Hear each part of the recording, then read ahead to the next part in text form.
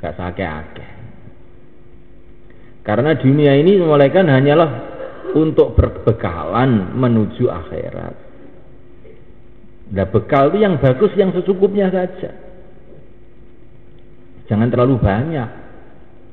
Kita ini mau ke Surabaya, bekal nasi bungkus 2 bungkus sudah cukup. Mau ke Surabaya, bekalnya nasi bungkus 1 truk, ya. Malah ngerepotin. Ya. Mau ke Jakarta, berapa bekal? 500.000 cukup. Tapi orang mau ke Jakarta ingin bekalnya 5 miliar. Akhirnya ngundang pencuri, ngundang perampok di tengah jalan jadinya. Giyebuki dia di tengah jalan. Ya. Nggak terlalu banyak bawa uang. Ya. Tapi kalau bawa orang 500.000 ya, insya Allah selamat. Ya. Dan nanti kalau terlalu banyak bawa uang nggak bisa tidur di jalan itu. Karena takut uangnya dicuri orang. Disinikan Allah Ta'ala, dunia ini adalah hanya perjalanan menuju akhirat. Maka bekalnya secukupnya saja. Nggak usah banyak-banyak. Ini kalau orang berpikir. Maka Nabi itu berdoa, Allahumma ij'al rizqa ali Muhammadin quta. Ya Allah, jadikan rizki keluarga Muhammad itu makanan secukupnya saja. Was'alu rizqa yaumin biyaumin. Nabi itu suka rizki itu datang tuh tiap hari begitu aja, nggak usah ada yang nyimpen. Nah, ini Nabi paling suka dengan rizki yang yauman biyaumin. Nah, ini orang yang paling cerdas di dunia. Itulah Rasulullah SAW. Nggak usah nyimpen banyak-banyak. Nah, pokoknya tiap hari itu makan ada, sudah bagus. Nah, mulaikan Allah Subhanahu wa Ta'ala, kita tanamkan keyakinan kepada takdir, bahwa segala sesuatu yang akan terjadi sudah ditentukan oleh Allah, sehingga kita ini nggak usah pusing memikirkan masa yang akan datang. Yang penting kita pikirkan bagaimana sekarang ini kita taat kepada Allah. Nah, mulaikan Allah Ta'ala, inilah namanya iman dan amal soleh. Keyakinannya lurus, kemudian amalnya disesuaikan dengan keyakinannya itu. Tetapi semulaikan orang yang sudah iman dan amal soleh ini pun masih dalam kerugian, kecuali kalau disempurnakan dengan watawaso bil haq, saling pesan memesan, saling mengajak untuk menjalankan yang hak. Jadi sudah iman, amal soleh masih rugi juga kalau kita ini tidak mau dakwah. Loh, kenapa Pak? Sudah bagus, imannya lurus, amalnya lurus, kok masih rugi? Iya, kalau nggak dakwah masih rugi. Karena apa? Karena kalau kita nggak dakwah, maksiat-maksiat, kerusakan-kerusakan yang ada di sekitar kita ini, kita ikut dapat dosanya. Sehingga kita ini dapat dosa gratis. Nggak ngamalkan tapi dapat dosanya. Jadi dosa itu bukan harus dengan berbuat dosa. Kita melihat dosa tapi nggak cawe-cawe, nggak ikut usaha untuk meluruskan, kita dapat dosa juga. Seperti kalau kita ini melihat maling atau melihat perampok di depan mata kita, tapi kita ini nggak mau usaha bagaimana supaya perampokan itu bisa berhenti. Kita malah duduk tersenyum-senyum, minum kopi, ngerokok, melihat perampok. Maka nanti kalau polisi datang kita ikut ditangkap. Mesti ikut ditangkap. Ini mesti koncone, nek gak koncone gak mungkin nih. Loh, saya bukan temannya Pak, saya tidak kenal apa-apa. Kenapa kamu gak mau laporan? Ini kamu ini juga bagian daripada sebab terjadinya kejahatan ini. Kenapa kamu tidak usaha apa-apa? Ini semulaikan Allah Subhanahu wa Ta'ala. Kalau kita tidak mau amar ma'ruf nahi munkar, kita akan dapat resiko juga di depan Allah. Jangan kita ini salah paham dengan slogan-slogan orang-orang tidak beriman. Ini zaman demokrasi, zaman kebebasan. Ya kebebasan apa dia terus kebebasan maling begitu, ya. Kebebasan buat kedurhakaan, kebebasan bikin kerusakan begitu. Ya ini kebebasannya orang gila ini. Nah mereka itu tidak bisa mereka.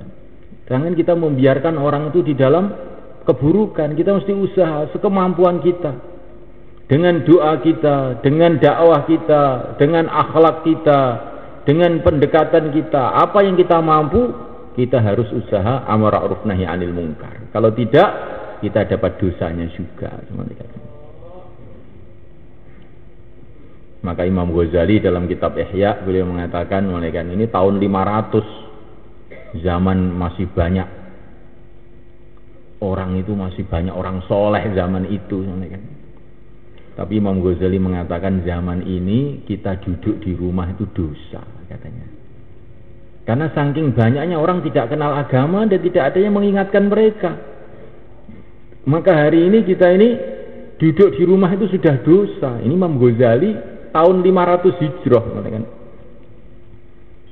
900 tahun yang lalu. Subhanallah. Nah, kalau Imam Ghazali melihat keadaan sekarang kayak apa jadinya itu. Jadi kita ini semula kan setelah iman amal soleh ini kita ini punya kewajiban untuk mikir orang lain, mikir umat. Minimalnya itu ada keprihatinan, kerisauan. Minimalnya. Ada doa, ada tangisan. Ini minimalnya. Kalau tidak, bang, kita ini ikut bertanggung jawab.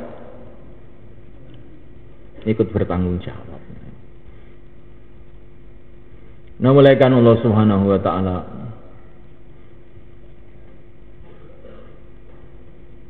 dan kalau kita ini tidak amar ma'ruf nahi munkar, maka kita ini dinilai di sisi Allah sebagai orang yang kejam, mulaikan. Karena membiarkan teman-temannya, membiarkan manusia berjalan menuju jahanam. Dan orang yang kejam ini akan dimurkai oleh Allah. Na'udzubillah. Tapi kalau kita ada amar ma'ruf nahi munkar, maka kita ini dihitung orang yang sayang kepada manusia. Dan kalau kita orang sayang, disayangi oleh Allah. Maka Syekh Yusuf rahimahullah yang mengarang kitab Hayatus Sahabah itu, beliau mengumpulkan santri-santrinya. Maukah kamu menjadi orang yang disayangi oleh Allah? Maukah kamu jadi orang yang dicintai oleh Allah? Tentu Syekh. Mudah, jalannya mudah. Sayangilah umat ini. Maka kamu akan disayangi oleh Allah.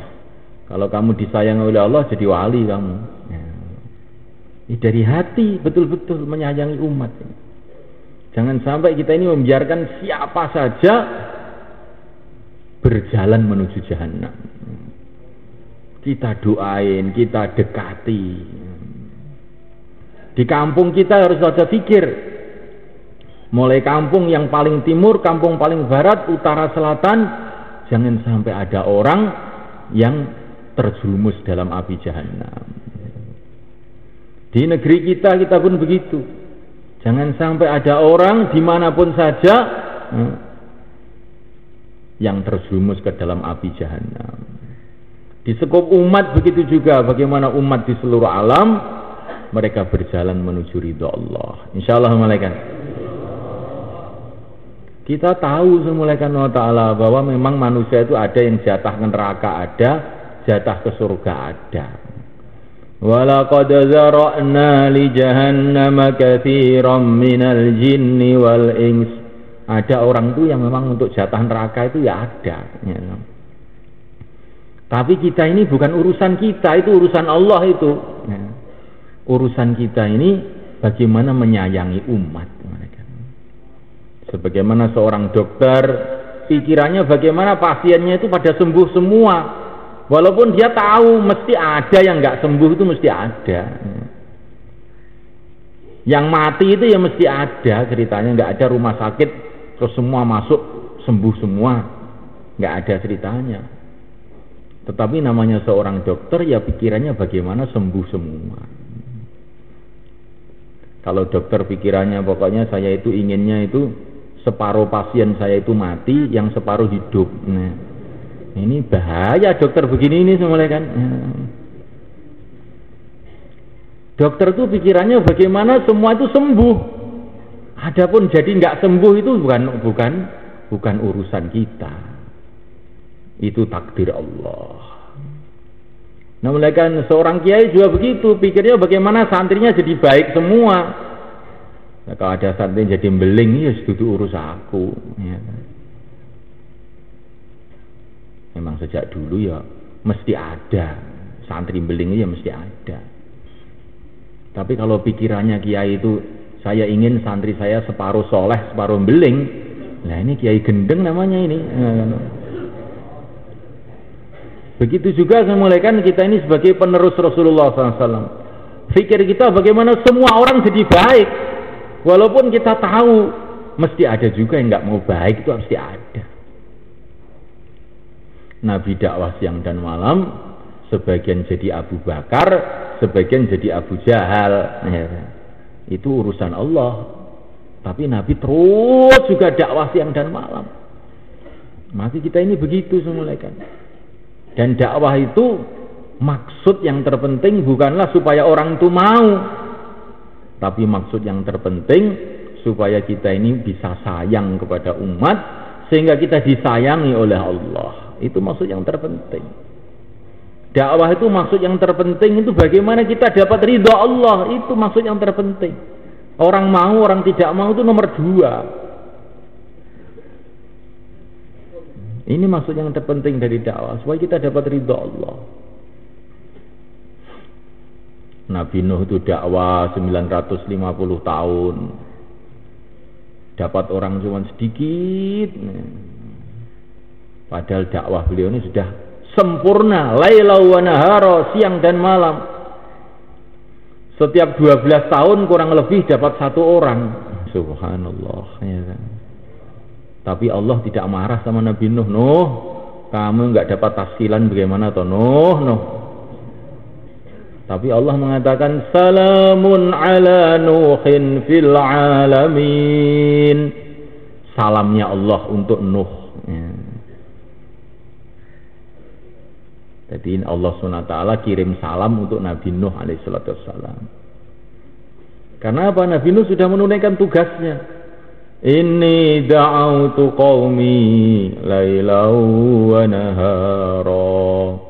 Siang dan malam sudah dakwah. Nanti kita ini begitu semulaikan, terus dakwah. Orang mau, orang tidak mau, kita tetap dapat pahala terus. Ya. Seperti dokter tuh ngobati orang, sembuh nggak sembuh ya tetap dapat gaji terus. Ya. Enak jadi dokter ini, kan? Ya, jadi dai juga begitu. Orang mau, orang nggak mau tetap dapat pahala aja terus. Maka kalau orang tidak mau kita jangan marah. Loh, sudah dapat pahala kok marah gimana? Ya. Kalau orang itu ngajak orang nggak mau kok marah. Nah ini tandanya itu dakwahnya nggak cari pahala ini. Kalau dakwahnya cari pahala, orang mau, orang nggak mau ya seneng aja. Wah kesempatan nih, dia nggak mau berarti kesempatan besok saya datang ke sini lagi, dapat pahala lagi. Lah kok nolak lagi? Oh ini berarti pekerjaan diperpanjang ini. Pahalanya tambah banyak lagi ini. Gimana semalekan? Masya Allah. Jadi kita ini dakwah untuk dapat ridho Allah saja. Dan orang itu kalau dakwah hanya semata-mata mencari ridho Allah, kemudian dia diteruskan doa kepada Allah, maka doa-doanya akan makbul. Nah mulai kan sudah iman, amal soleh, dakwah masih rugi juga kalau tidak disempurnakan dengan yang satu lagi yaitu sabar. Wa tawassaw bis sabr. Harus sabar. Bagaimana supaya sabar? Kalau kita ini merasa dunia ini tidak lama, ya kita sabar. Kalau kita merasa dunia ini lama, nggak akan sabar kita ini. Kamu kerja mulai pagi sampai sore, saya gaji 1 miliar, insya Allah semua siap. Gitu. Tapi kalau ada orang dikasih tahu kamu kerja 100 tahun, saya kasih 1 miliar, nggak akan ada yang bisa angkat tangan. Ya 100 tahun apa nyambut gawe sapa sing kuat. Ya begitu juga malaikat. Kalau kita ini merasa dunia ini tidak lama, maka amal itu jadi sabar. Alah, dunia ora suwe wae. Paling 60 tahun, 70 tahun. 60 tahun, 70 tahun itu kalau dihitung mulai lahir. Lah ini sekarang sudah 50 tahun kok. Tinggal sedikit lagi nih. Ya, Masya Allah. Dunia 60 tahun, 70 tahun. Iya, itu dihitung mulai lahir loh Pak. Bukan dihitung mulai sekarang. Kalau dihitung mulai sekarang sudah tinggal sedikit lagi. Kalau dihitung umur kita yang sebenarnya tidak tahu, mungkin juga tinggal sebulan lagi, mungkin juga tinggal seminggu lagi, mungkin juga lebih dekat dari itu lagi, kita nggak tahu. Jadi kalau kita merasa dunia ini sebentar, maka amal kebaikan jadi sabar. Nah, mulai kan Allah Subhanahu Wa Taala, bagaimana untuk kita supaya bisa mendapatkan ini semua, malaikat? Bisa iman, amal soleh, suasana dakwah, Masya Allah, sabar, sehingga kita ini tidak menjadi orang rugi, menjadi orang yang beruntung. Itu caranya itu bagaimana? Caranya kalau kita menceburkan diri kita di dalam suasana perjuangan Rasulullah SAW, siang malam dakwah, hidupkan taklim, doa, nangis kepada Allah dengan akhlak yang baik. Maka subhanahu wa ta'ala kita akan mendapatkan ini semua. Ada seorang tua kita itu memberikan nasihat. Kemuliaan kita dunia akhirat hanya dalam satu jalan saja, yaitu kalau iman kita lurus, amal kita lurus. Sudah, nggak ada lain. Kalau iman kita lurus, amal kita lurus, dijamin oleh Allah kebaikan dunia, kebaikan akhirat. Tapi bagaimana supaya iman dan amal kita lurus? Kalau kita lihat sejarah Nabi, untuk meluruskan iman, meluruskan amal, itu dimulai dengan kerja dakwah, mewujudkan suasana dakwah. Maka Nabi itu pertama kali yang diusahakan adalah usaha dakwah, membuat suasana dakwah di Makkah Al-Mukarramah. Sendirian beliau, fa'anzir. Beliau berangkat, mendatangi setiap orang, mendatangi setiap rumah. Semua orang dikasih tahu oleh Nabi, ayuhan nas qulu la ilaha illallah tuflihu. Hai manusia, katakanlah la ilaha illallah, kamu akan sukses. Hambakan diri kamu kepada Allah, kamu akan selamat. Kamu ini hamba Allah, tidak ada jalan keselamatan selain kamu menghambakan diri pada Allah. Tiap orang didatangi, tiap lorong didatangi. Ini pertama kali usaha Rasulullah SAW. Dan inilah yang ingin kita usahakan sekarang, malaikat. Asalnya dunia itu gelap gulita, tetapi semulaikan setelah Rasulullah mulai gerak ini, dari orang ke orang, dari rumah ke rumah, dari kampung ke kampung. Hai manusia, ucapkanlah la ilaha illallah, kamu akan sukses. Kelihatannya sederhana sekali kerja Nabi itu. Tapi dengan kerja yang sederhana itu, karena ini kerja perintah Allah, mulaikan hasilnya tidak sederhana. Hasilnya muncullah orang-orang yang baik, orang-orang yang terbaik muncul setelah ada kerja itu semuanya. Muncullah wali Allah Sayyidina Abu Bakar Siddiq radhiyallahu ta'ala anhu, Sayyidina Umar bin Khattab radhiyallahu ta'ala anhu, Sayyidina Utsman bin Affan radhiyallahu ta'ala anhu, Sayyidina Ali bin Abi Thalib radhiyallahu ta'ala anhu. Itu munculnya orang-orang yang hebat-hebat itu dari mana? Setelah Nabi dakwah.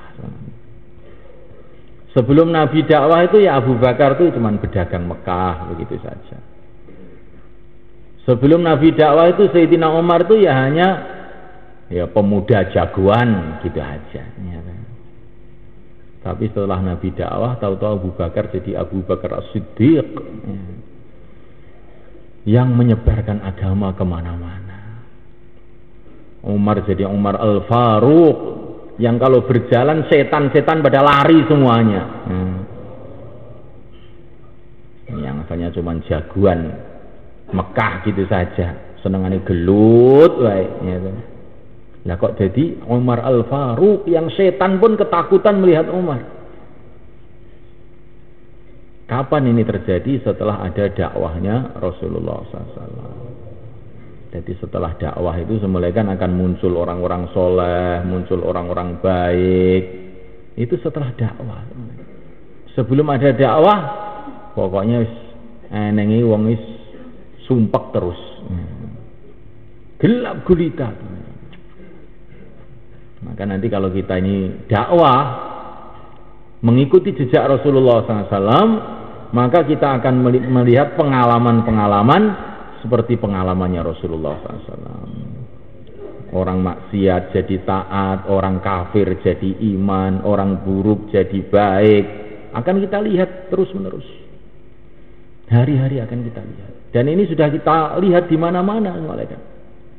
Dengan kerja-kerja dakwah ini, maka banyak orang diperbaiki oleh Allah SWT. Di seluruh dunia, bukan di negeri kita saja. Tetapi kata para ulama mengatakan dakwah ini tidak ada kekuatannya kecuali kalau ada mujahadah. Ya, mujahadah itu orang itu harus ada pengorbanan. Pengorbanan. Kalau dakwah ini tidak dibarengi dengan pengorbanan, maka tidak ada kekuatannya. Memulaikan Allah dan mujahadah ini nggak akan ada kekuatannya kalau tidak dibarengi dengan inabah. Inabah itu nangis kepada Allah SWT. Dan inabah nangis kepada Allah tidak ada kekuatannya. Doa-doa tidak akan makbul kecuali kalau orang itu akhlaknya baik, makanannya halal. Jadi saya mulaikan untuk mewujudkan iman dan amal soleh pertama kali usaha dakwah. Tapi dakwah ini supaya ada kekuatan perlu mujahadah. Kita ini mesti mau susah payah untuk dakwah ini. Tidak hanya enak-enakan begitu aja nggak bisa. Nanti kalau dakwah dengan enak-enakan, wah gawat mulai kan. Bisa-bisa dakwah itu setrumnya hilang, ya, setrumnya hilang sehingga jadi gelap juga. Sehingga di mana-mana ada dakwah, tapi justru timbul kemaksiatan. Kenapa semulaikan Allah Ta'ala? Karena tidak didasari mujahadah. Kalau didasari mujahadah, orang itu mau susah payah untuk agama, maka dakwahnya jadi nur, semulaikan. Jadi nur, bercahaya. Maka jamaah-jamaah dikirim kemana-mana sekarang, berita-berita banyak orang taubat, banyak orang masuk Islam dan sebagainya. Tetapi mujahadah ini harus dibarengi dengan inabah, doa. Dan doa ini syaratnya harus kita ini semulaikan akhlak yang baik dan makanan yang halal. Masya Allah. Ini syaratnya. Nah, makanannya itu nggak begitu halal, akhlaknya nggak baik, doanya nggak bisa naik ke langit. Maka kita perlu latihan semulaikan. Latihan. Latihannya bagaimana? Kita tinggalkan sementara kesibukan-kesibukan kita konsentrasi mau belajar perjuangan Rasulullah, perjuangan para sahabat, belajar iman amal soleh, belajar dakwah, belajar doa, belajar mujahadah. Nah ini caranya bagaimana? Kita siapkan waktu. Langkah pertama 4 bulan, Insya Allah 4 bulan. Ini 4 bulan ini ada rahasianya malaikat.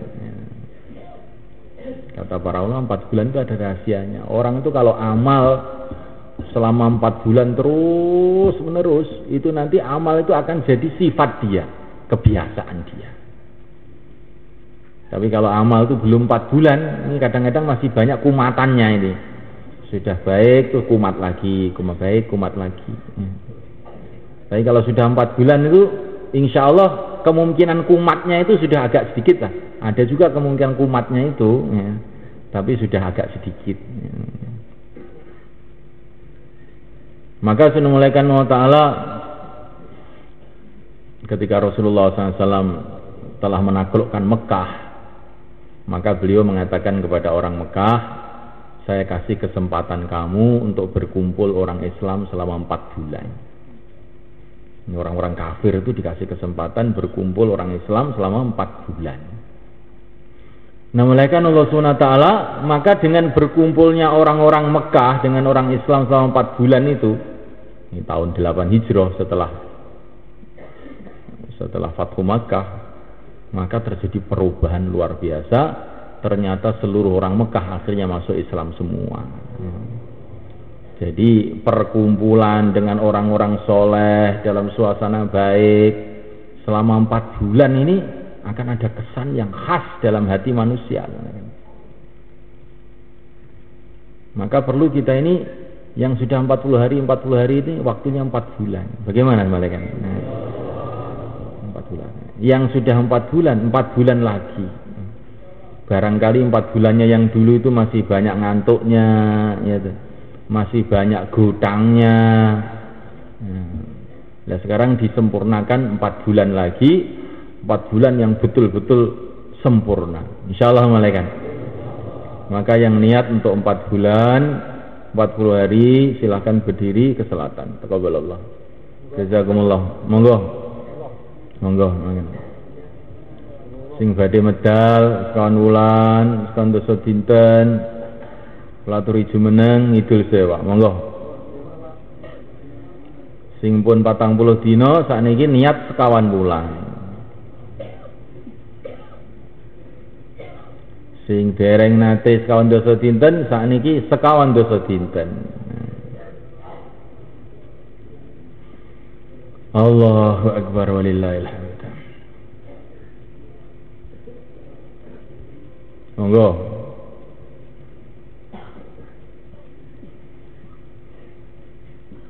Nek kita niki mikir niki amalan agami kanggo kepentingane awake dhewe-dhewe nggih ringan kok nggih. Kados sini sampean macul teng sawah sampean ki ambak. Lah mbok 40 tahun ya siap sawah-sawah dhewe. Nek sampean kan macul teng sawahe wong ya 3 dina wis gak kuat gitu. Lah niki urusan agama niki urusane dhewe-dhewe lho, Pak. Bangun akhirate dhewe-dhewe. Mosok sampean 4 wulan niku kabotan sampean. Wong kanggo omahe dhewe-dhewe gitu.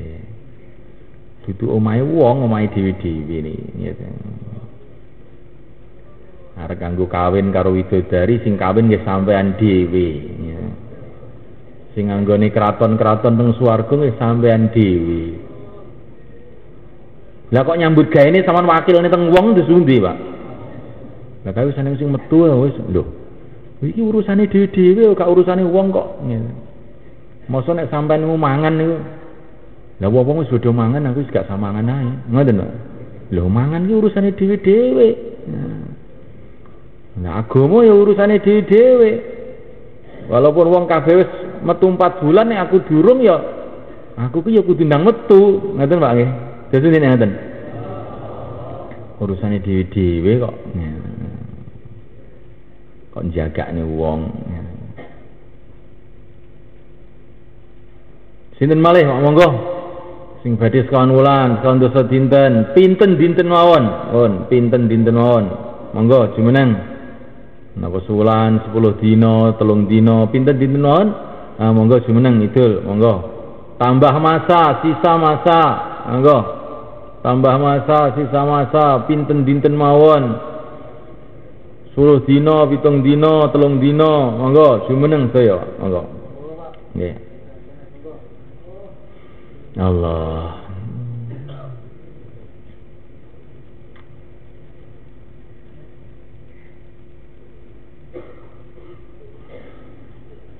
Setan ini pancen luar biasa nih. Kapan niku wong niku ajeng ngamal akhirat ngoten niku Pak, setan niku dugi kelingan urusan-urusan dunya. Lah wong niku nek pun kelingan urusan dunya niku nggih ajeng ngamal akhirat nggih abot Pak. Kados tiyang niku melampah ngingeti ngarep. Nek wong niku mlaku ngingeti ngarep nggih, mlaku iso nyak. Tapi nek mlaku kok ngingeti mburi, Pak. Nggih. Nah, niku mungkin mesti nabrak. Gak bakal iso suwe niku mungkin mlakune niku. Lah ngarep kita niku akhirat, mburi kita niki donya. Saman tingali akhirat sampean. Kanjeng Nabi seneng kono. Swarga wis dadi. Widodari wis didandani, Telaga Kausar wis mili, gitu. Ora-ora mahsyar wis dadi, malaikat-malaikat wis nyatet ngamal, gitu. Terus sampean langsung melayu teng pundi, arep melayu neng ndi, gitu. Mboten enten, la mafar, tidak ada tempat lari. Makanya Ibrahim bin Adham radhiyallahu taala anhu maringi nasihat teng santrine, Pak. Kena ae gak nglakoni agama. Tapi nganggo syarat. Aja manggon ning bumine Gusti Allah. Ya. Kena ae gak nglakoni agama kena ae. Tapi nganggo syarat. Engko nek malaikat Israel teko kowe aja gelem mati, ya. Kena ae gak nglakoni agama tapi nganggo syarat. Nek kelangan swarga ya sing sabar, ya. Kena ae kowe gak nglakoni agama tapi nganggo syarat, nek kowe kuat mlebu neraka. Lah nggih mboten saged lah makane, ya. Pikiran dhewe, ya. Terus ndi, Pak? Insyaallah nggih. Sakniki sampean mudzakarah tiga-tiga janjian tenanan. Sok kapan metu tangulan, wis. Pokoke nek urung metu tangulan iki ketoke gum tenanan sampeyan iki. Wis metu tangulan kuwi rodok tenanan iki menan. Monggo tiga-tiga sekawan-sekawan. Ayo. Latihan tenanan jawi, monggo. Tiga-tiga sekawan-sekawan janjian sok kapan? Nek arep metu tangulan sok kapan? Awake dhewe iki pengen tenanan lho. Nah, ngoten kok. Monggo.